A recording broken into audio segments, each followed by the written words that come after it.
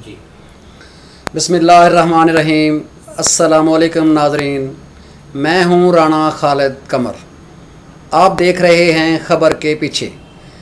नाज़रीन, जैसा कि आप जानते हैं, मैं हमेशा ऐसे हीरे तलाश करके लाता हूँ जो प्रिंट मीडिया में बड़ा नाम होते हैं। वो उनकी ख़बरें ऐसी होती हैं कि जिसके ऊपर एक पूरा यूँ समझिए कि ज़लज़ला आ जाता है और जो हुकूमती मशीनरी या रियासती मशीनरी होती है वो मुतहर्रिक हो जाती है।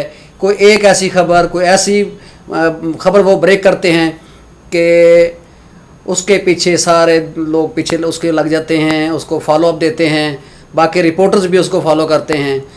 और ऐसे लोगों की तलाश में जब मैं निकलता हूँ तो मुझे बेशुमार ऐसे हीरे नज़र आते हैं जो प्रिंट मीडिया में रहते हुए अपना काम कर रहे हैं, और मैं समझता हूँ उनके काम को आज तक ना सराहा जाना ये बदकिस्मती रही है। नाज़रीन, जब से ये इलेक्ट्रॉनिक मीडिया आया है, इसमें आपने देखा होगा कि जो इलेक्ट्रॉनिक मीडिया के रिपोर्टर्स होते हैं उनको बहुत जल्दी फेम मिल जाता है। वो एक आध खबर ब्रेक करते हैं और एक या दो ख़बरों के बाद उनको लोग जानने लगते हैं, लोग उनके चेहरे को पहचानने लगते हैं, इसलिए कि वो स्क्रीन पे आते हैं। लेकिन जो लोग सारी ज़िंदगी इस फील्ड को देते हैं प्रिंट मीडिया में, उनको उस तरह से लोग नहीं पहचानते, उनकी चेहरा शनासी नहीं होती। और यही हमारी इस फील्ड का या इस प्रिंट मीडिया का अलमियात रहा है। नाज़रीन, मैं ये समझता हूँ कि ऐसे हीरों की तलाश हमारा फ़र्ज़ है और हम इस फ़र्ज़ को अल्हम्दुलिल्लाह निभा रहे हैं।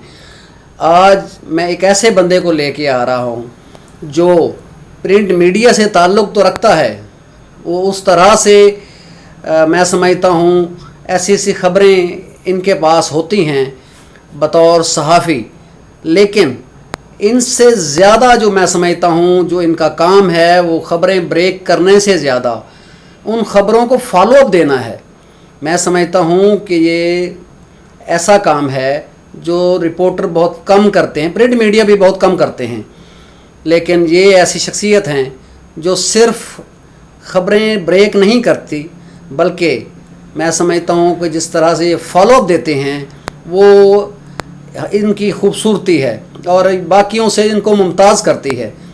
ये हैं मेरे साथ ग़ुलाम रसूल ख़ान साहब। ग़ुलाम रसूल ख़ान बहावलपुर का एक ऐसा हीरा जो समाजी कारकुन भी रहे और आज भी वो समाजी काम करते हैं, और मैं समझता हूँ कि ये सहाफ़त का भी एक ऐसा अनमोल हीरा हैं जिनकी उस तरह से पजीराई नहीं हुई।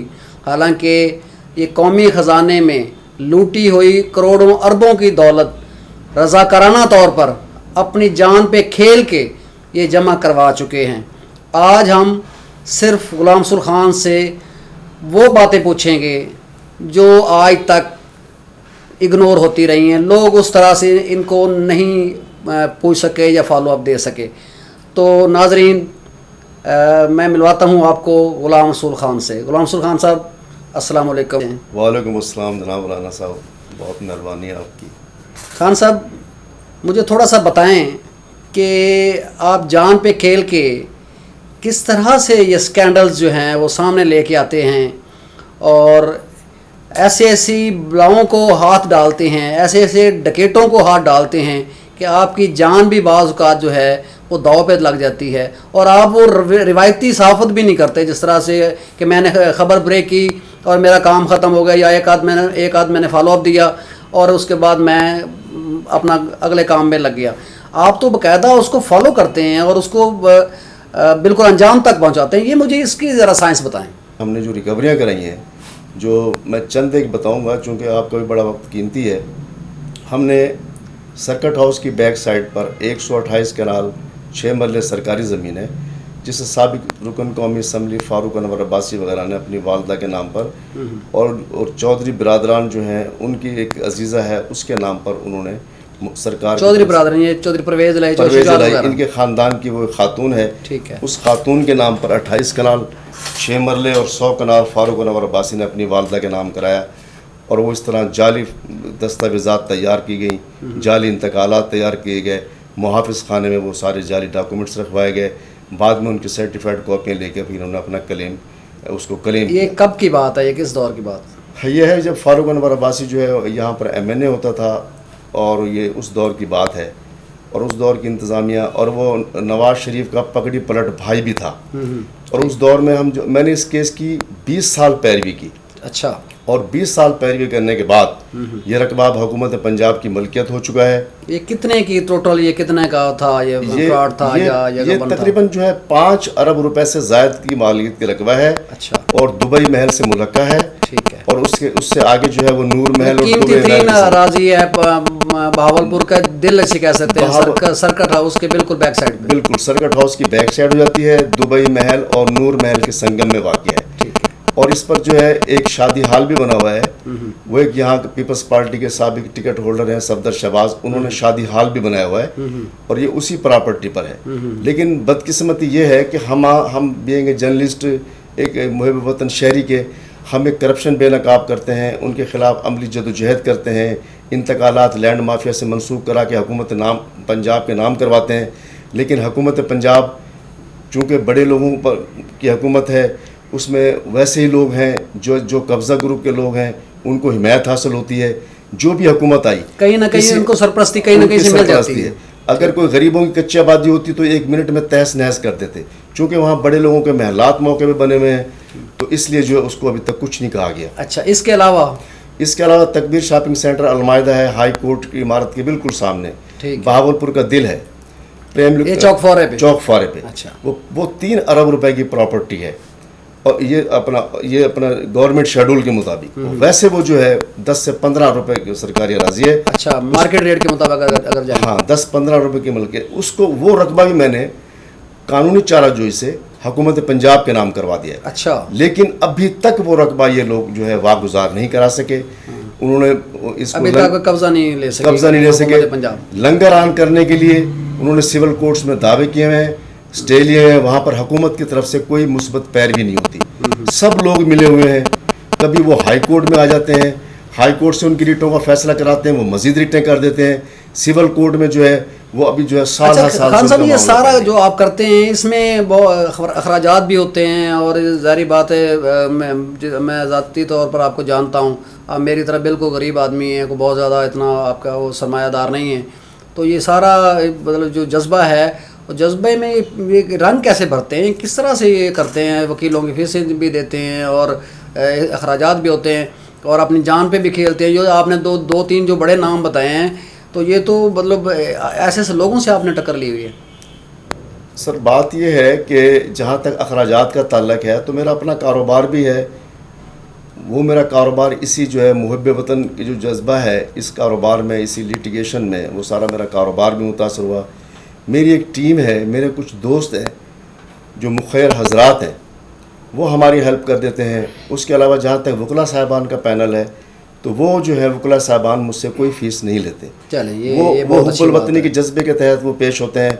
अमूमन मेरी कोशिश होती है कि मैं इन पर्सन जो है ख़ुद ही मैं आर्गू करता हूँ। सुप्रीम कोर्ट तक मैं इन पर्सन पेश होता हूँ, वहाँ पर मैं खुद ही आर्गू कर लेता हूँ। जहाँ कहीं देखते हैं कि कोई ज़्यादा ही मजबूरी है, जहाँ किसी वकील साहब को पेश करना है, तो किसी वकील से रिक्वेस्ट कर देते हैं, वो फिर जाके जो है वो हमारी तरफ से पेश हो जाते हैं। ठीक। तो खान साहब, इससे मतलब ये 2 आपने बड़े नाम बता दिए, 2 बड़े स्कैंडल्स आपने बताया कि ये करोड़ अरबों रुपए की प्रॉपर्टी, 5 अरब की वो सर्किट हाउस के बैक साइड वाली, और ये 10-15 अरब की मार्केट वैल्यू वाली ये आप अब तक जो है ना यूँ समझे कि पंजाब हुकूमत को लौटा चुके हैं। इसके अलावा कोई ऐसे जो अभी तक आप जो है ना वो रिकवरियाँ करवा चुके हैं और कौमी ख़जाने में लूटी दौलत जो है आप वापस जमा करवा चुके हो? बहावलपुर में अल्लामा इकबाल टाउन है, वो गैर मंजूर शुदा है। अच्छा। और जितने भी टाउन्स बनते हैं उनका जो बाईलाज हैं, जो लोकल गवर्नमेंट का जो एक पॉलिसी है, वो ये है कि जब तक नक्शा मंजूर ना हो जाए, जब तक बुनियादी सहूलतें वहाँ पर प्रोवाइड ना कर दी जाएँ, सेल परचेज़ नहीं हो सकती। ऐसी यहाँ पर 20 हाउसिंग स्कूल में हैं, टाउन्स हैं। उसमें अभी एक रिसेंटली टाउन बना है अल रहीम गार्डन, वो चौधरी तारिक बशीर चीमा जो है उसका बेनामी तौर पे वही उसका मालिक है, उसका बेटा जो है और वो एक और उसके साथ पार्टनर हैं। ये लोग आपस में जो है ये सारा टाउन प्लानिंग इन्होंने की है। और ये बहावलपुर का सबसे बड़ा फ्रॉड है। इसमें 80 करोड़ से लेकर 1 अरब रुपए तक की सरकारी फीसें इन्वॉल्व हैं, जिन्हें इन्होंने असर रसूख के तहत जो है वो हाउसिंग कॉलोनी भी मंजूर करवा ली है। और जो कंडोनेशन फ़ीस है उसका रेट भी जो है वो कौड़ियों के भाव लगाया है। जो 8 BC चकूक हैं उनकी लाखों रुपए पर मरला कंडोनेशन फ़ीस तय की गई है। और वो जो अल रहीम गार्डन है जिसका जो है नुमाइशी तौर पर और लोग मालिक हैं, और दर हकीकत तारिक बशीर चीमा ही उसका मालिक है, और ये उसकी जो है वो 35 से 30 से 35 हज़ार रुपये पर मरला उसकी मालियत लगाई गई है। और जो कंडोनेशन 5-6 करोड़ रुपए इनके ज़िम्मे लगाई गई है, वो कंडोनेशन फ़ीस भी इन्होंने अदा नहीं की। सिर्फ 30 लाख रुपए जमा करवाए हैं कौमी ख़जाने में। और जो प्लाट ये फाइलें बनाकर प्लाट जो बेच चुके हैं, वही प्लाट जो है इन्होंने वहाँ पर गिरवी रखवा दिए हैं कि ये हम नेट कैश नहीं भर सकते और ये प्लाट गिरवी रख लें। ऐसा कोई कानून नहीं है कि ज़मीन गिरवी रखवा दी जाए कंडोनेशन फ़ीस की। कंडोनेशन फ़ीस जो है वो मौके पर जो है जब तक ना ली जाए उस वक्त उसकी NOC इशू नहीं हो सकती। इसके अलावा मैं आपको बता रहा हूँ कि अल्लामा इकबाल टाउन का हमने नैब में एप्लीकेशन दी। नैब वालों ने इनके साथ साजबाज करके नैब मुल्तान के मुतल्लिक़ अफसरान ने 1 करोड़ 84 लाख रुपए की रिकवरी तो करवा दी बल्दिया में, और 14 कनाल 3 मरले ज़मीन की रिकवरी भी करवा दी, लेकिन उनके खिलाफ जो है कोई अच्छा, मतलब ये कि ये केस नहीं बनाया। 1 करोड़ से ज़्यादा की रिकवरी भी आपके की वजह से वो कौमी ख़जाने में हो चुकी है, उसमें जमा हो चुकी है। जी हाँ। लेकिन उसके ऊपर जो असल में अमल दरामद होना चाहिए था वो अभी तक नहीं हुआ। जी, इसके अलावा कोई और जो इसके अलावा रॉयल सिटी हाउसिंग स्कीम है चक 9 BC, ये हमेतिया में शहर के अंदर है। यहाँ पर हमने जो है इनकी ये भी गैर मंजूरशुदा हाउसिंग स्कीम है। मलक जुल्फ़ार वगैरह ये DHA के बड़े एजेंट हैं यहाँ पर। इन लोगों ने जो है गैर कानूनी हाउसिंग स्कीम बनाई। बल्दिया के मुतल्लिक़ अफसरान अमला नक्शा तो खान साहब, कॉलोनी वगैरह बना रहे हैं, ये बनाते हैं, ये तो लोगों को फ़ायदा देने के लिए होती हैं। लोगों को मज़ेदारी बात है, लोगों को घर बना के देते हैं, सस्ते भी होंगे, यकीनन सस्ते नहीं तो कम अज़ कम उनकी हैसियत के मुताबिक होंगे। ये तो फ़ायदा दे रहे हैं, तो इसमें फिर आप उनके पीछे क्यों पड़ जाते हैं? नहीं, ये हाउसिंग कॉलोनियाँ जो हैं, जो बाइलाज हैं, जो बल्दिया के रूल्स हैं, जो महकमा लोकल गवर्नमेंट के रूल्स हैं, उसके एक भी हाउसिंग कॉलोनी में दावा करता हूँ पूरे पाकिस्तान की हाउसिंग कॉलोनियों का एक भी हाउसिंग कॉलोनी या टाउन ऐसी नहीं है जो हुकूमत की शराइत पर पूरी उतरती हूँ या उनको मुकम्मल करती हूँ। ऐसा कुछ नहीं है। ये सब सिर्फ खाना पूरी होती है। इश्तारात तशहीर शुरू कर देते हैं, ज़रा ही रकबा होता है, उसको कौड़ियों के भाव लेते हैं, फिर सोने के भाव बेचते हैं। अब ये रॉयल सिटी हाउसिंग स्कीम मालकान जो है, इन्होंने 2007-8 में ये हाउसिंग स्कीम शुरू की और अभी तक ये मंजूर नहीं है। अब जब हमने इनके खिलाफ मुकदमा दर्ज करवा दिया तो अभी तक एंटी करप्शन ने इन मुलजमान को गिरफ्तार नहीं किया। जो बल्दिया के बिल्डिंग इंस्पेक्टर हैं, ये छोटे लोग हैं, उनको उनकी हद तक जो है शिकंजा एंटी करप्शन ने टाइट किया। उन्होंने एक बंदा जेल चला गया, 3 बिल्डिंग इंस्पेक्टर की अबूरी ज़मान कन्फर्म हो गई।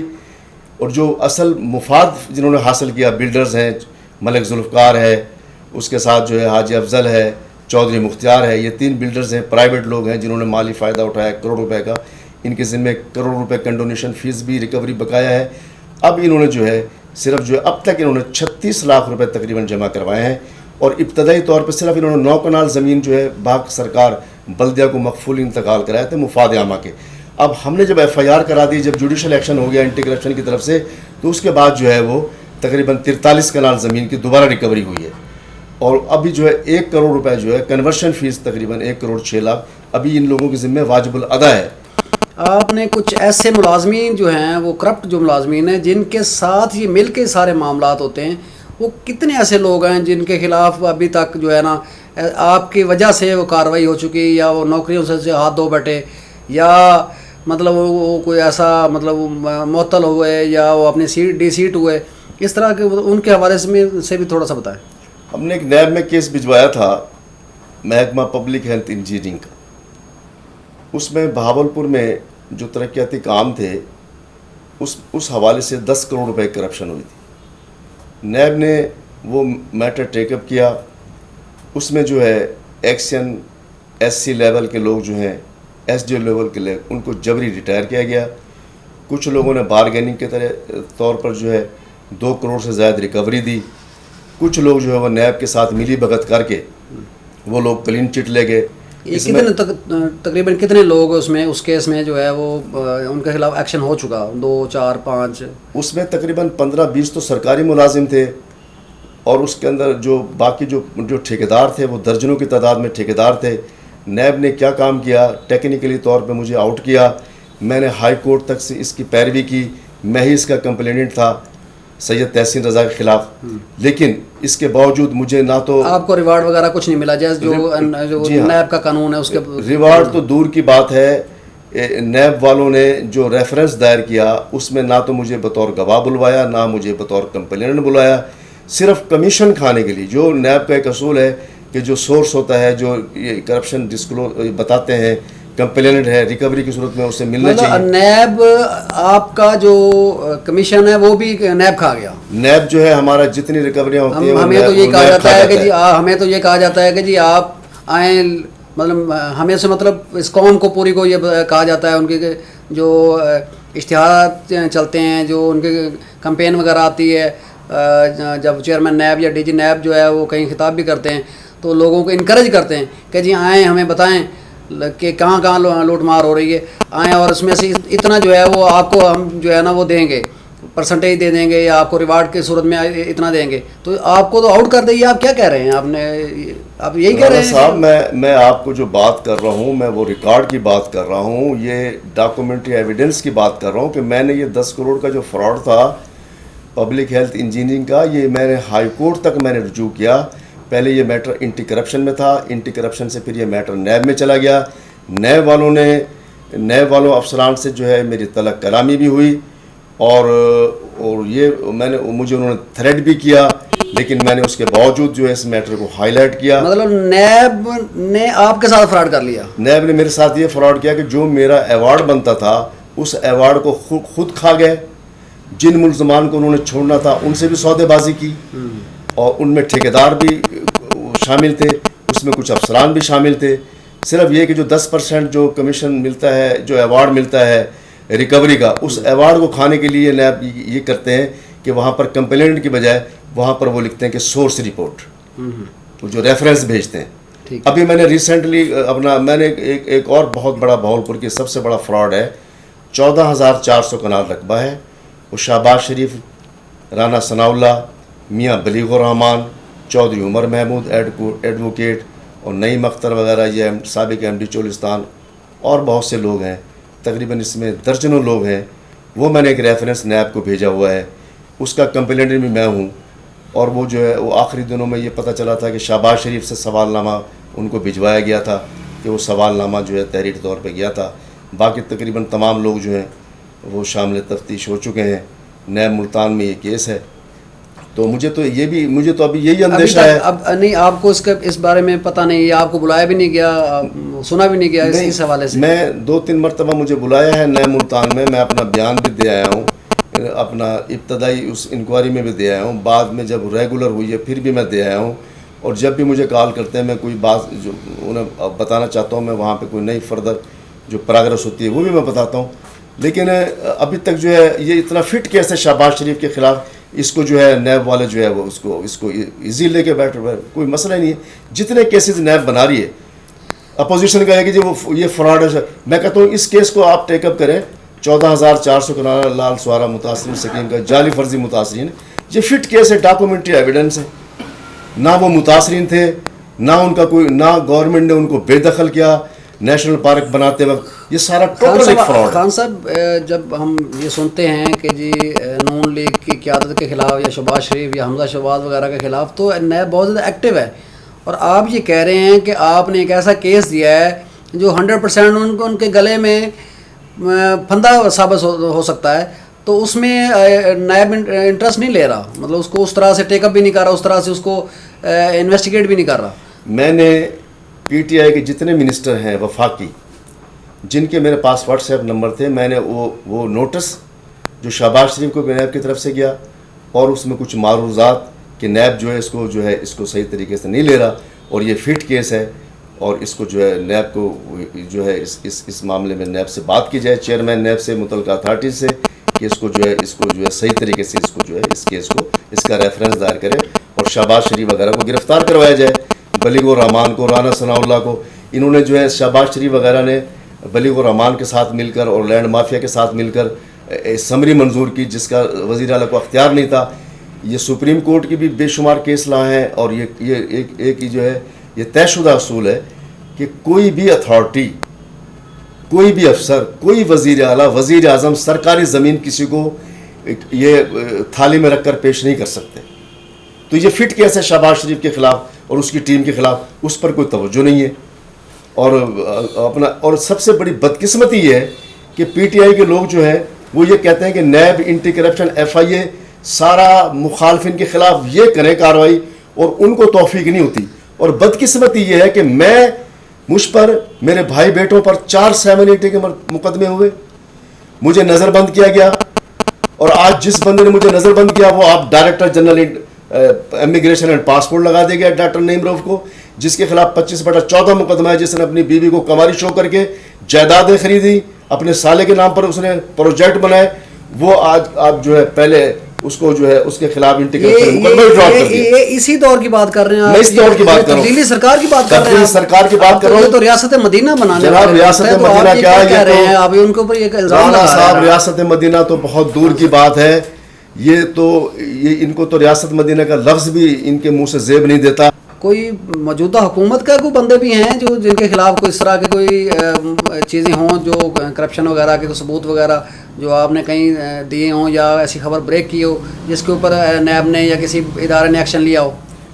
चौधरी समीउल्लाह नवाज शरीफ और शहबाज शरीफ की मूछ का बाल था जब वो बरसर इक़्तिदार थे। बिल्कुल ऐसा।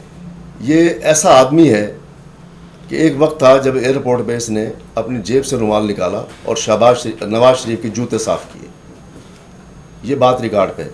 उसके बाद इसने देखा, जब इसको ये बावर करा दिया गया कि अब हुकूमत जो है पीटीआई को मिलेगी, ये भाग के पीटीआई में आ गया।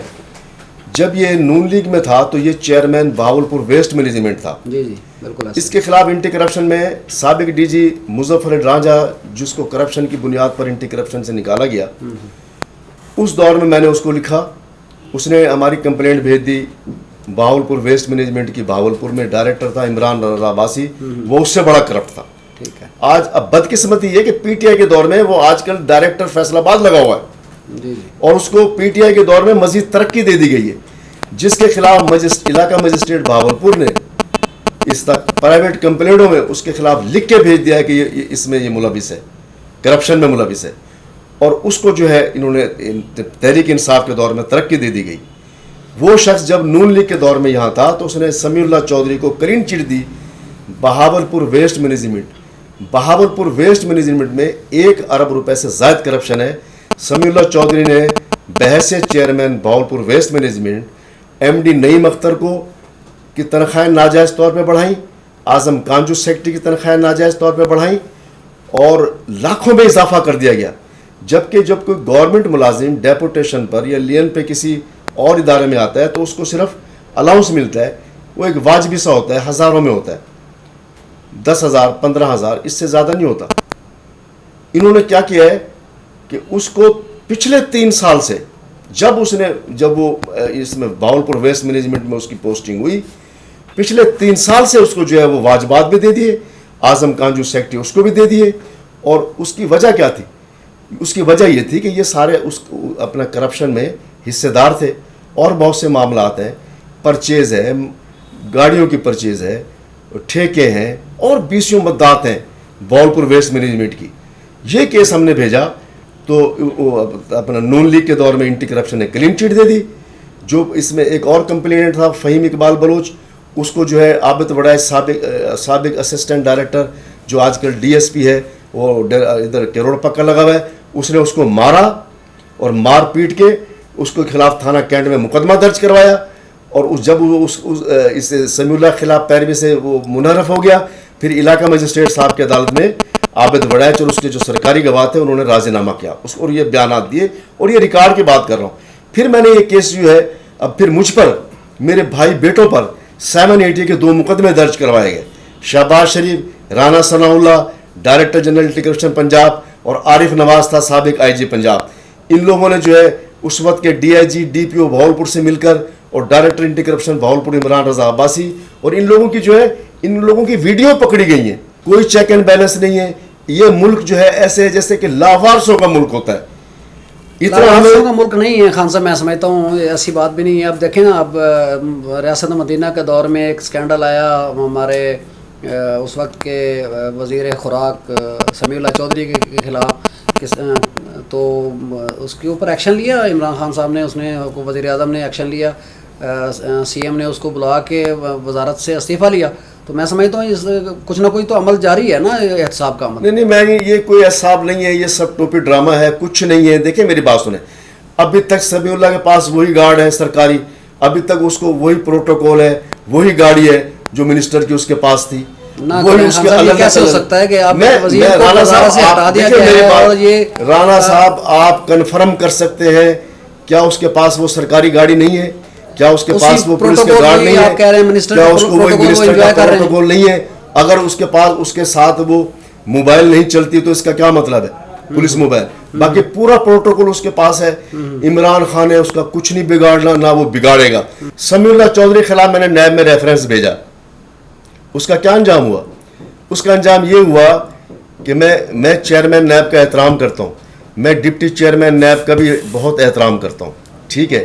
जो नैब में ईमानदार आदमी है मैं उनका एहतराम करता हूँ, लेकिन उन ईमानदार आदमियों को क्या फ़ायदा कि मैं समीउल्लाह के चौधरी के खिलाफ रेफरेंस नैब में भेज देता हूँ और वो जनाब जो इनकी जो करीम है नैब की, वो इस्लामाबाद में इजलास बुलवाते हैं और वो सेक्रेटरी लोकल गवर्नमेंट को रेफरेंस भेज देते हैं। अब जो नैब जिसका वजन नहीं उठा सकते समीउल्लाह चौधरी का, वो सेक्रेटरी लोकल गवर्नमेंट पंजाब बेचारा, उसको वो किस खेत की मूली है, वो क्या करेगा समीउल्लाह का? और बदकिस्मती देखें कि नईम अख्तर आजम कांजू, उसकी फिर 3 साल की एक्सटेंशन दे दी, वो वजीर आला पंजाब ने दी थी। ऐसा कुछ नहीं है, कोई एहतसाब नहीं है, टोपी ड्रामा है। मैं दावा करता हूं चेयरमैन नैब मुझसे मुनाजरा कर ले, मुझसे इमरान खान मुज़ाकरा कर ले, मुझसे जो भी इनके लोग हैं मुनाजरा कर ले, जहां मर्जी बुलाए मैं आने के लिए तैयार हूं, ठीक है। इन लोगों ने मुझे पोस्ट किया कि मैं भावलपुर का सबसे बड़ा ब्लैकमेलर हूं, मैं भावलपुर का सबसे बड़ा बत्ताखोर हूं, मेरे पास करोड़ों की जायदाद है। जब एटीसी कोर्ट में हमारे ट्रायल हुए, हमारी फैमिली के जो मोबाइल थे उनमें बैलेंस तक की रिपोर्टें मंगवाई गई मोबाइल कंपनियों से जो नहीं लाई। पूरे पाकिस्तान में हमारी जायदाद चेक करवाई गई, सारी एजेंसियां मुतहरक हुई, उनको भेजा गया, डिपार्टमेंटों से रिपोर्ट मांगी गई। मेरे बैंक में सिर्फ 27-28 रुपए थे, जो अब 3000 हो गए। आरिफ नवाज जो था, उसका हमजुल्फ जो था, अफजल लोधी इंस्पेक्टर, उसने एसएचओ सिविल लाइन की एसएस से मेरे खिलाफ 780 का सिविल लाइन में पर्चा दिया। और अब जो है नून लीग के दौर में जो 2 780 के पर्चे हुए, एक थाना कैंट में हुआ, वो एंटी करप्शन का करप्ट तरीन अफसर राणा कलीम जो है, वो जो है आजकल वो इंस्पेक्टर पुलिस, उसको जो है असिस्टेंट डायरेक्टर लगाया गया इस रियासत मदीना की हुकूमत में, जिसने करोड़ रुपए की नाजायज जायदाद अपने नाम पर खरीद की है। आबद बड़ैच ने अपनी बीवी के नाम पर नाजायज जायदाद बनाई है। तो ये देखें, बात ये सीधा सीधा असूल है, किसी तहकीक की जरूरत नहीं है, किसी तफ्तीश की जरूरत नहीं है। मैं हूं, अगर मैं कल मोटरसाइकिल पे हूं और आज मेरे पास 3 करोड़ की गाड़ी आ जाती है, तो बस यही जुर्म है कि मुझसे पूछा जाए कि ये 3 करोड़ रुपए की या 30 करोड़ की गाड़ी किधर से आई है। अगर मैं उसकी वो बता सकूं कि ये फलां काम में मुझे बिजनेस में मुझे मुनाफा मिला है और वो लीगल पैसा है, फिर तो ठीक है। अदरवाइज वो गाड़ी भी बाकायदा जब्त होनी चाहिए और मुझे भी गिरफ्तार होना चाहिए। नाज़रीन, आपने सुना गुलाम रसूल खान साहब को, उनके जज्बात, उनके एहसासात और उनके ख़यालात। गुलाम रसूल खान इस सिस्टम के ख़िलाफ़ लड़ रहे हैं। हमें कहा जाता है कि ये जो स्टेटस को है ये मुल्क को चलने नहीं देता। नाज़रीन, स्टेटस को आज भी जारी है। गुलाम रसूल खान जैसे हीरे जो इस मुल्क के साथ संसेर हैं, जो इस मुल्क के लिए कुछ करना चाहते हैं, उनके लिए कोई फ़र्क नहीं है, वो नून लीग हो, वो पीटीआई हो या कोई और हो, उनके लिए सारी हुकूमतें बराबर हैं। इसलिए कि ऐसे लोगों को ये कोई भी सरकार आ जाए इनको कबूल नहीं करती। ये हीरे अपनी कब्र में ये चले जाएंगे, अपनी कब्र ये ख़ुद खोदते हैं इस मुल्क के लिए, इस मुल्क को, इस मुल्क के ख़जाने को बचाने के लिए ये अपनी कब्र में ख़ुद जा रहे हैं। और ऐसे बेशुमार हीरे हैं जो जा चुके हैं। हमारी दुआ है, हमारी ख्वाहिश है कि जो सुनने वाले हैं, जो देखने वाले हैं, वो भी दुआ करें, और वो जो जिनके हवाले से खान साहब बार बार इशारा कर रहे हैं वो भी ये देखें कि चोरों डाकुओं के ख़िलाफ़ लड़ने वाले आज मायूस होते जा रहे हैं। हमें इनको मायूसी से निकालना है। इस मुल्क के ख़जाने में अरबों रुपए जमा कराने वाले आज मायूस हो रहे हैं। हमें इन्हें मायूसी से निकालना है और इनको तवानाई देनी है, इनको इनकरेज करना है, इनके पीछे खड़ा होना है, ताकि ये चोरों को, करप्ट लोगों को, डाकुओं को ये अंजाम तक पहुंचा सकें। आज के लिए इतना ही, मुझे दीजिए इजाज़त और देखते रहिए सतलुज न्यूज़। अल्लाह हाफ़िज़।